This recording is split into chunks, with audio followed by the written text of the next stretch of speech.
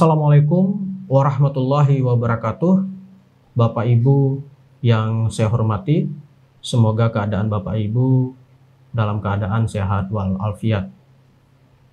Senang sekali bisa kembali dipertemukan dengan Bapak Ibu pada hari yang berbahagia ini, khususnya pada aktivitas belajar ke-6, yaitu berkaitan dengan bedah artikel ilmiah.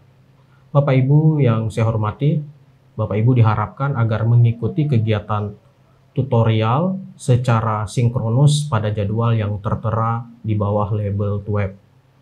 Melalui kegiatan sinkronus ini, Bapak Ibu akan membedah contoh artikel ilmiah dari sisi judul, relevansi judul dan isi, serta struktur karangan.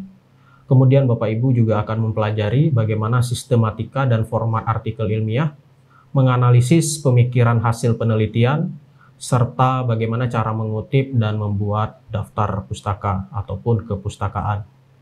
Bapak Ibu diharapkan dapat mengikuti kegiatan tutorial secara sinkronus sesuai jadwal yang telah ditetapkan. Semoga kita semua dalam keadaan sukses pada hari-hari berikutnya. Demikian yang dapat saya sampaikan pada pertemuan kali ini. Mudah-mudahan kita kembali bertemu dalam sesi selanjutnya dalam keadaan sehat.